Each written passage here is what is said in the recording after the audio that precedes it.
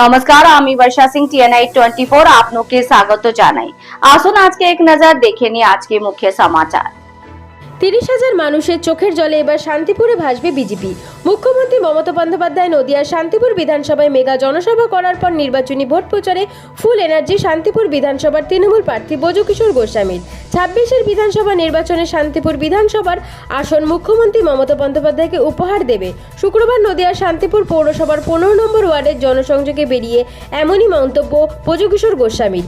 এদিন ওই জনসংযোগে মহিলা তৃণমূল কর্মী থেকে শুরু করে পুরুষ তৃণমূল কর্মী সহ শান্তিপুরের প্রবীণ নবীন তৃণমূল নেতৃত্ব অংশগ্রহণ করে। টোটো গাড়ি সাজিয়ে মানুষের দরবারে পৌঁছে যান প্রার্থী ব্রজকিশোর গোস্বামী।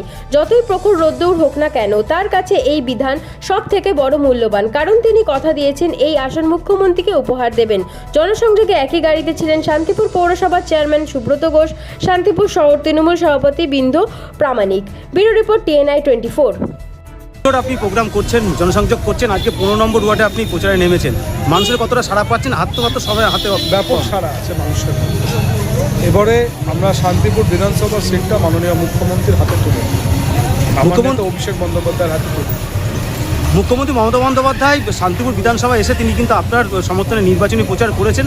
তারপর থেকে কোথাও মনে হচ্ছে যে মানুষের আগ্রহ এবং উৎসাহ আরেকটু শতগুণ বেড়ে গেছে।